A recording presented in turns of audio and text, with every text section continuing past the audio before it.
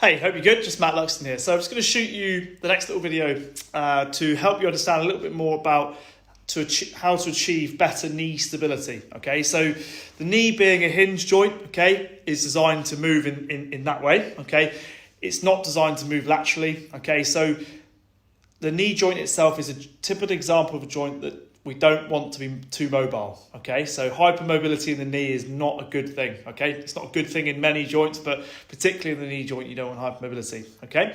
So often knee stability, the problem originates, okay, around the glutes, okay? It can occur in the ankle as well, so one joint above or below.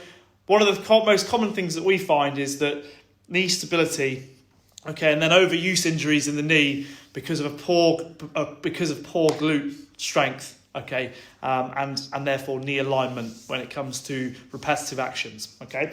So one of the things that we like to do, okay, is to use foam rolling, okay, to take some of the stress out of the hip flexors because they like to do too much work, okay, to allow us then to get the glutes engaged and fired up, okay, so that they actually do what they should do, which is, largely responsible for stabilising the knee, okay? And then we do some single leg stability work, a little bit more dynamic to add into that as well. So just to show you with the foam roller, okay, again, if you're following this as part of one of our programs, then we'll be giving you specific time to work with, but I just want to show you this now so that you can get going.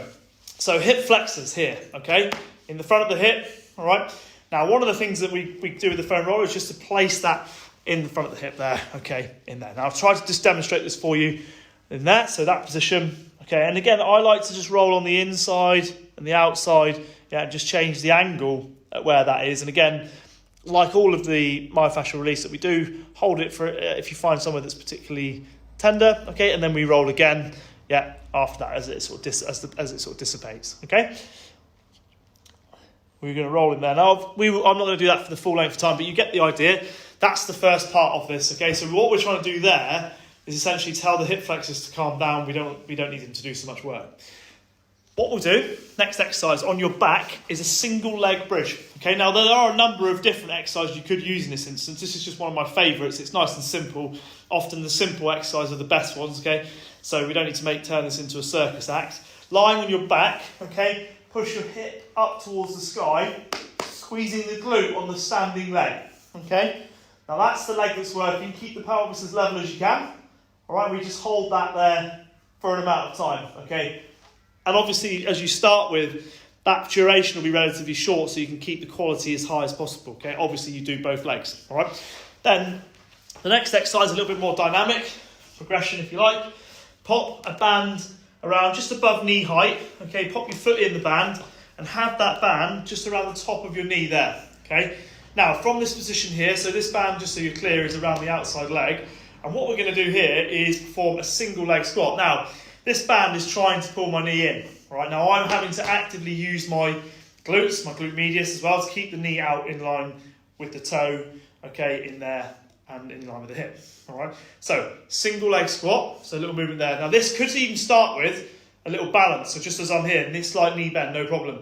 Yeah. Then we progress it into some squats. Yeah. Single leg squat, and again, just keeping an eye on that front knee and toe, just making sure that they stay in alignment. Now, you will wobble a little bit, okay? If you do, it just tells us that we need to do a little bit more work, all right?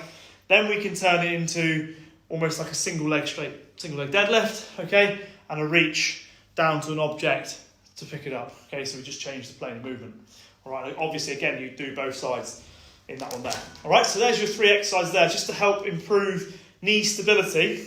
Okay, remembering we're starting with trying to take some of the hip flexors out of it, tell them to sort of switch off, then try and get the glute activated. Yep, so that's doing a little bit more work. And then we take it a little bit more dynamic into a dynamic movement, sort of what we would almost term reactive neuromuscular training, okay, just to help engage the glutes further and further program that pattern that we want to happen, all right, correctly. Hope that was useful. Speak to you soon.